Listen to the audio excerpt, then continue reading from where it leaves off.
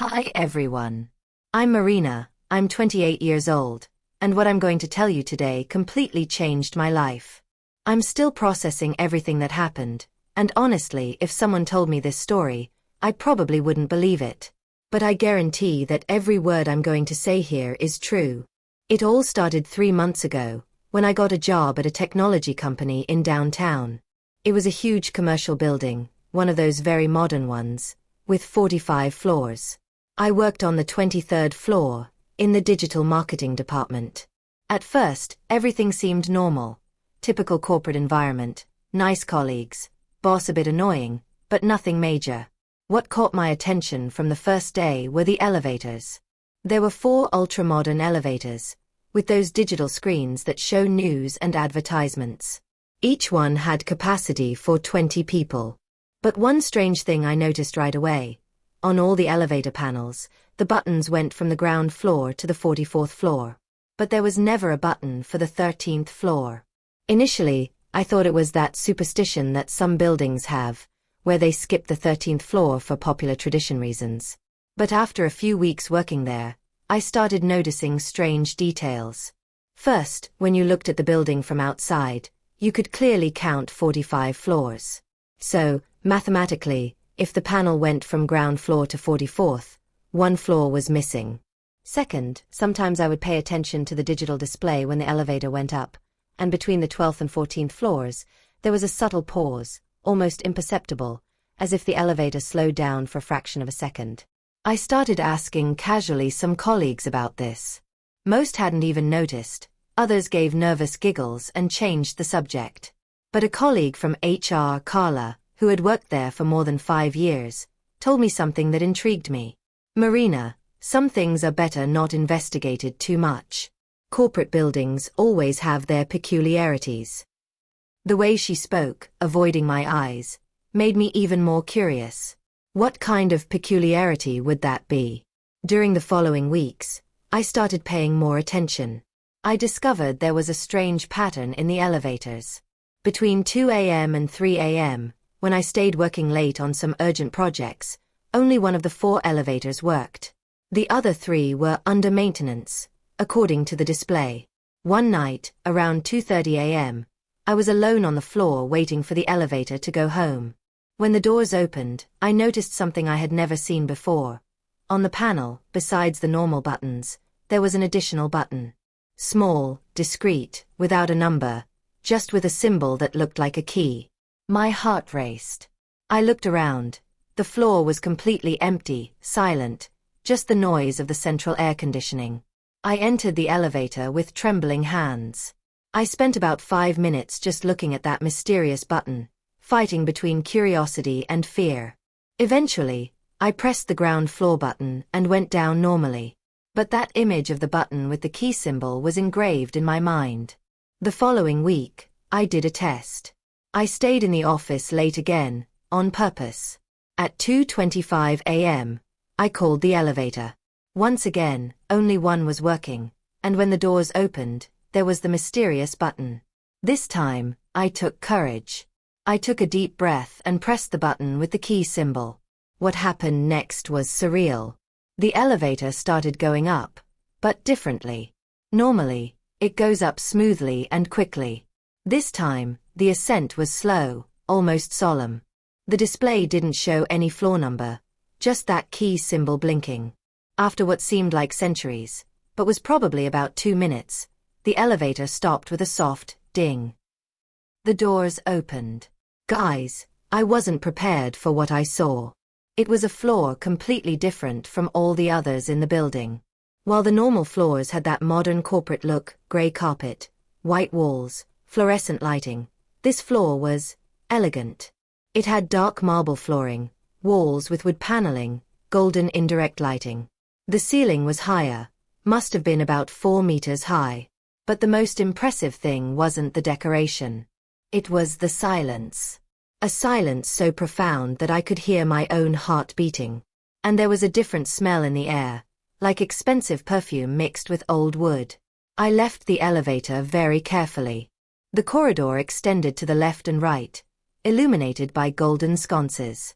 There were several doors along the corridor, all made of dark, solid wood, without identification plates. While I walked slowly through the corridor, trying to process where I was, I started hearing low voices coming from one of the rooms. They were men's voices, speaking in a serious tone, almost whispering. My curiosity spoke louder than fear. I approached the door where the voices were coming from and put my ear to it. Project needs to be finished by the end of the month. We can't allow leaks. 200 million investment. If they find out, we're all finished. My blood froze.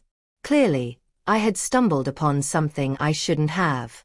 I started moving away from the door slowly, trying not to make noise. That's when I stepped on a floorboard that made a soft creak. The voices stopped immediately. My heart exploded in my chest. I ran back to the elevator as silently as possible, but in the rush, I bumped into a decorative table in the corridor. It swayed and a small vase fell to the floor, making a noise that echoed through the entire corridor. "There's someone out here," I heard a male voice say. I ran desperately to the elevator. Luckily, the doors were still open. I entered and started pressing all the buttons frantically. The elevator started going down, but seemed to be going even slower than on the way up. During the descent, my mind was racing. What was that floor? Who were those people? What kind of 200 million project were they discussing? And why was that kept secret? I arrived at the ground floor with shaky legs. The lobby was empty, just the night security guard at reception, half asleep. I left the building trying to act normally, but inside I was in total panic. I got home and couldn't sleep. I spent the whole night thinking about what had happened. Had I discovered something illegal? Should I tell someone? But tell what, exactly?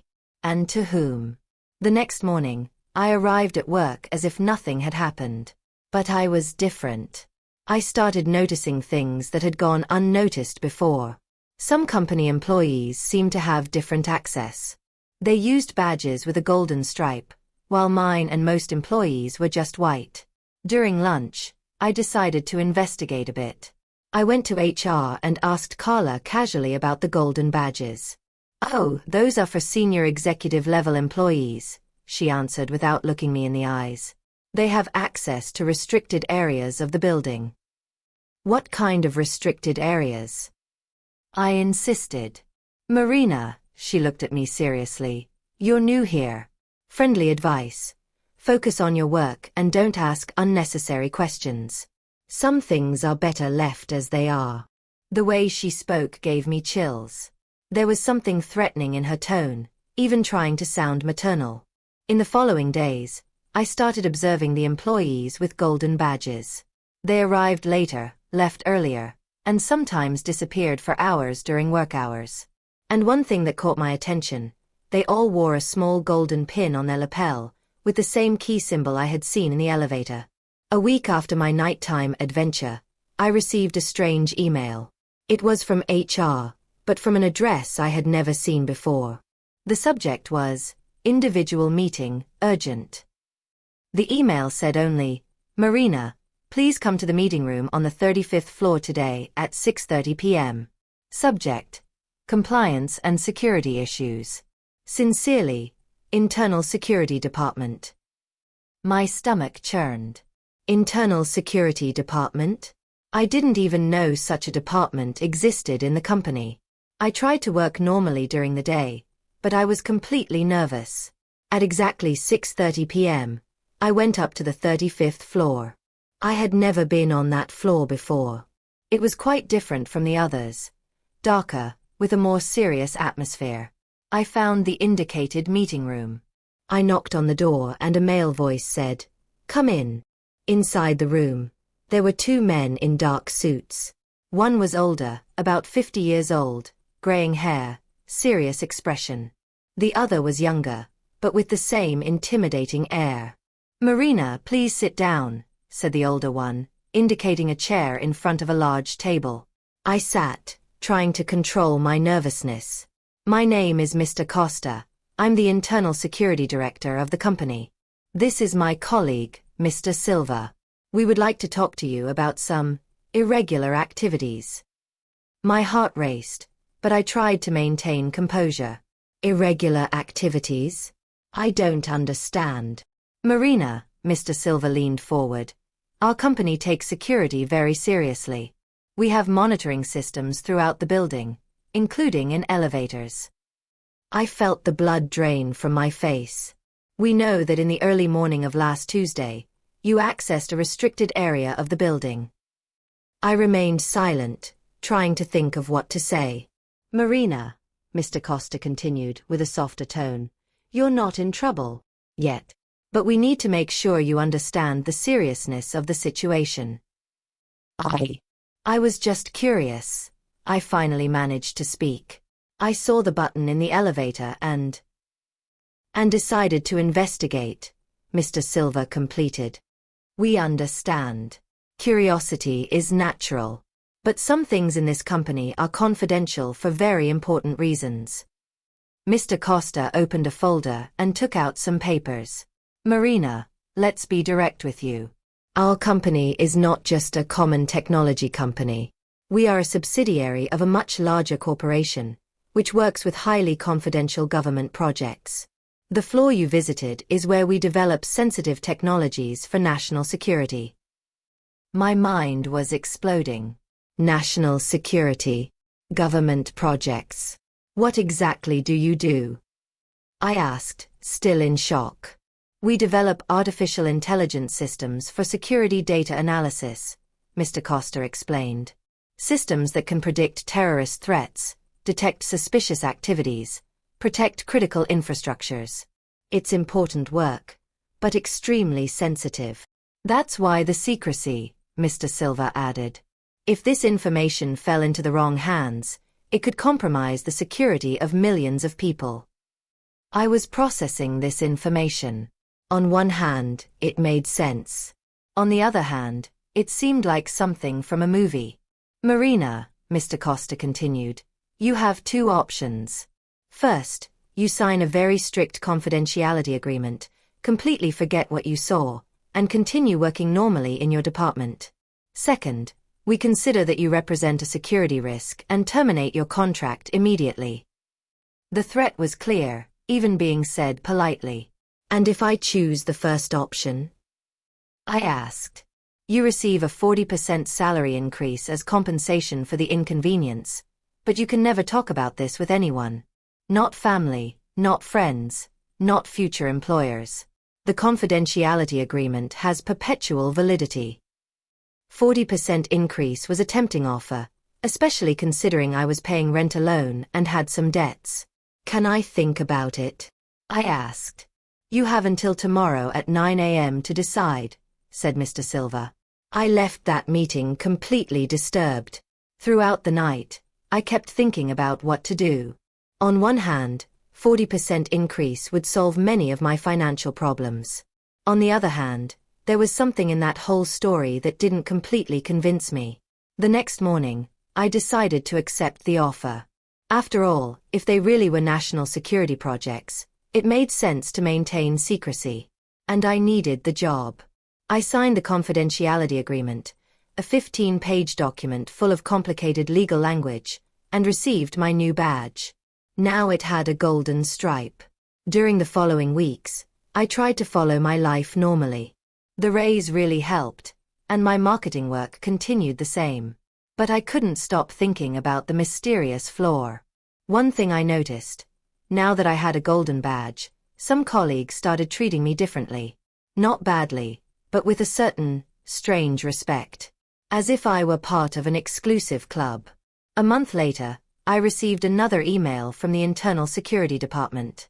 This time, it was an invitation to a special informative meeting on the restricted floor. My stomach churned again. But this time, I had official access. On the scheduled day, I used my new badge to call the special elevator. The button with the key symbol now appeared normally on the panel for me. I went up to the mysterious floor, but this time, without fear.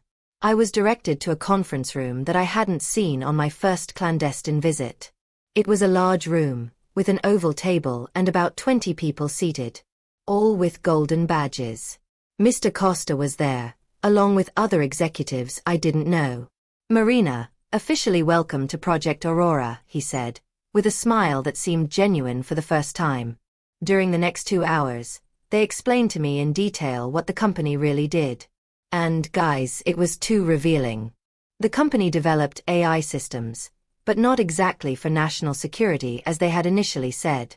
It was for something much broader and more complex. They were creating a mass behavioral analysis system. Using data collected from social networks, purchase history, movement patterns via GPS, internet browsing history, and dozens of other sources, the system could create detailed psychological profiles of practically any person. "Imagine," explained one of the executives, "being able to predict with 85% accuracy how a person will vote in an election, what products they will buy, if they are prone to committing a crime, or even if they will divorce in the next 2 years." The technology was impressive, but also scary. "What is this used for?" I asked. "Multiple applications," Mr. Costa replied. "Marketing companies pay millions to have access to these profiles. Insurance companies use it to calculate risks. Governments use it for public policies. There's enormous demand."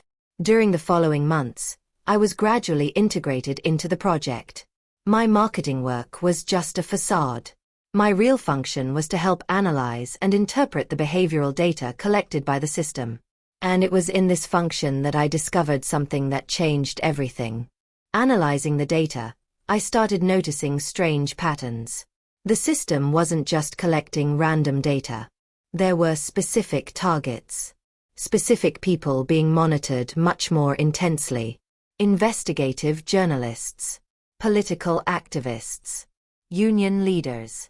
People who, somehow, represented problems for certain corporations or political interests. I discovered that some of these profiles were used to manipulate these people.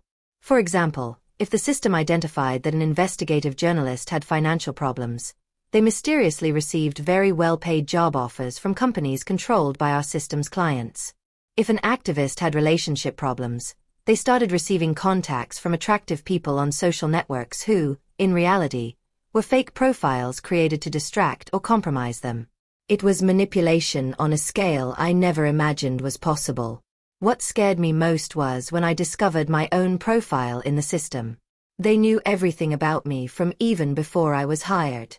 They knew I was curious, that I had a tendency to investigate things, that I was financially ambitious. My hiring wasn't a coincidence. They chose me specifically because they knew I would eventually discover the secret flaw, and that I would accept to be part of the project when they offered the right conditions. I had been manipulated from the beginning. When this realization hit me completely, I panicked. I was trapped in something much bigger and more dangerous than I imagined. But at the same time, I had information that could expose a scheme of manipulation and mass espionage. I started, discreetly, copying files and documents. It wasn't easy. The security system was very rigorous. But during several weeks, I managed to gather enough evidence to prove everything that was happening. My plan was to leak this information to independent journalists who weren't on the system's target list. But last week, something went wrong. Arriving at work on a Monday, I was called again for a meeting on the restricted floor. This time, the atmosphere was completely different. Mr. Costa was there, but he wasn't smiling. There were other people I didn't know, men and women in suits, with faces of people who weren't playing around. "Marina," he said with a cold tone, "it seems you didn't completely understand the terms of our agreement." My heart raced. "We know you've been copying confidential files. We know you plan to leak information. And we know exactly who you intend to contact." How did they know? I had been so careful. "Marina," one of the women spoke, "you forgot that we created a system that monitors behaviors. Your own behavior in recent weeks changed in a way detectable by the system. Altered sleep patterns, different computer use, subtle changes in body language captured by security cameras. The system alerted that you represent a risk. They caught me using the very technology one was trying to expose. What do you want?" I asked, trying to keep my voice steady. We want you to destroy all the files you copied, said Mr. Costa. And we want you to continue working with us, but now with total supervision. Your computer will be monitored 24 hours a day. Your communications will be filtered. Your house will be equipped with monitoring sensors. And if I refuse? Marina, the woman smiled coldly. You read the confidentiality agreement. Breaking this agreement constitutes industrial espionage crime and threat to national security. You could get 10 to 25 years in prison.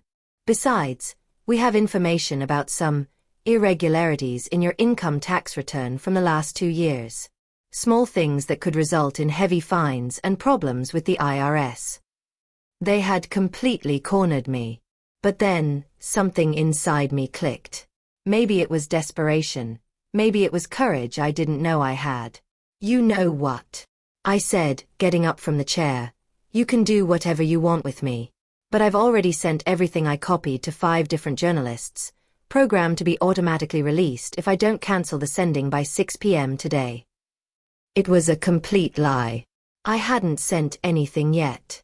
But the expression on their faces told me they believed it.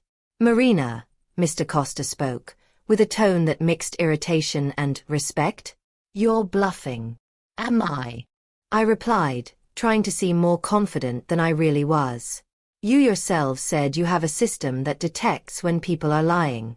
What is the system saying about me now? There was a tense silence in the room. Several people started using tablets and computers, probably checking the system data about me. She's not lying, said one of the people, looking at a screen. Actually, I was lying, but I was so nervous and with so much adrenaline that probably my vital signs were too confused for the system to interpret correctly. What do you want? Asked the woman in the suit. I want out. I want my resignation process today, with all my pending payments settled. And I want guarantee that you won't bother me ever again. And in return? In return, I don't release the information. At least not immediately. But if anything happens to me, if I suffer any accident, if I get mysteriously sick, if I'm arrested for any suspicious reason, everything goes public automatically. They remained silent for several minutes, clearly evaluating the options. We have a deal, Mr. Costa finally said. And that's how my time at that company ended. I received my resignation the same day, with all pending payments settled and a generous, amicable termination compensation. I left the building that afternoon and never returned. But the story doesn't end there. During the following months, I was in a constant state of paranoia. Every time my phone rang from an unknown number, every time I saw someone suspicious on the street, every time my computer froze, I thought they were coming after me. I moved to another city, changed my phone, avoided using social media. I lived as if I were running away, because in a way, I was. But gradually, I started realizing that maybe they had really respected our agreement. Nothing strange happened to me.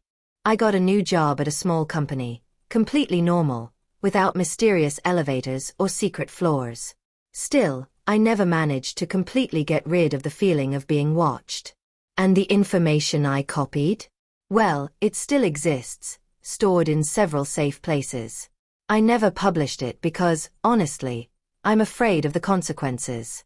But also because part of me still wonders if what they did was really so terrible. After all, if technology can prevent crimes, improve public safety, help companies offer better products to consumers, does the end justify the means? This is the question that keeps me awake sometimes. Because the truth is that all of us have already voluntarily surrendered our data. Every time we use social media, make online purchases, use GPS, accept cookies on websites, we're feeding systems that analyze and categorize us. The difference is that that company had taken this to a level of sophistication and application that most people don't even imagine is possible. And the scariest thing of all? I'm sure it wasn't the only company doing this.